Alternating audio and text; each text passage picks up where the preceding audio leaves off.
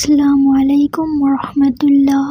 এই ভিডিওটা শেষ পর্যন্ত দেখো, কারণ হয়তো এই কথাগুলো কারোর জীবন বদলে দিতে পারে।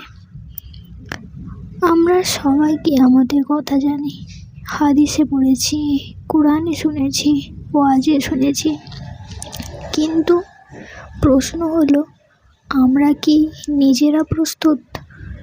আমরা খবর দেখি, যুদ্ধ দেখি, ফিতনা দেখি, অন্যায় দেখি, আর বলি সময় খুব খারাপ, কিন্তু কখনো কি নিজের দিকে তাকাই?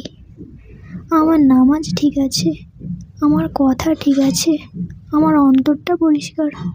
রাসূল সাল্লাল্লাহু আলাইহি সাল্লাম বলেছেন, বুদ্ধিমান সেই ব্যক্তি যে মৃত্যুর আগে নিজের জন্য প্রস্তুতি নেই।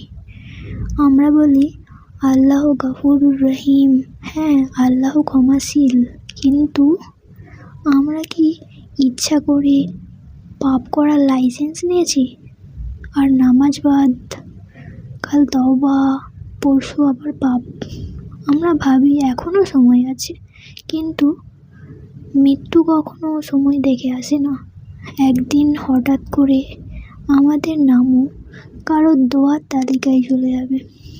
সেদিন কেউ বলবে ইন্না লিল্লাহি, আর আমরা আর কিচ্ছু বলার সুযোগ পাবো না। কিয়ামতের দিন আমাদের মুখে এক্সকিউজ চলবে না। সেদিন প্রশ্ন হবে, তুমি কি নামাজ পড়েছিলে? তুমি কি হারাম থেকে বেঁচেছিলে?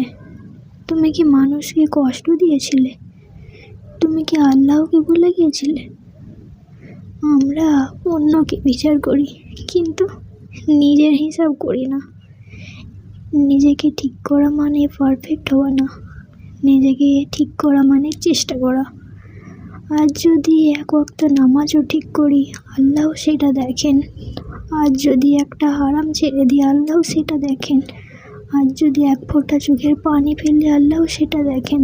কারণ আল্লাহ আমাদের বাহিরটা না, ভেতরটা দেখেন।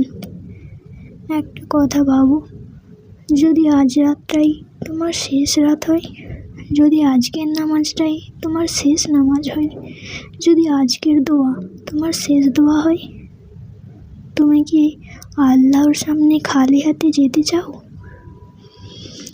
নাকি বলতে চাও, হে আল্লাহ, আমি নিখুঁত ছিলাম না, কিন্তু চেষ্টা করেছি।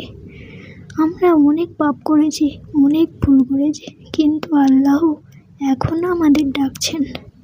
এই ভিডিওটা দেখার পর একটা কাজ করো, একটু নীরবে বসো, আল্লাহর দিকে তাকাও, আর বলো, হে আল্লাহ, আমাকে ঠিক করে দাও।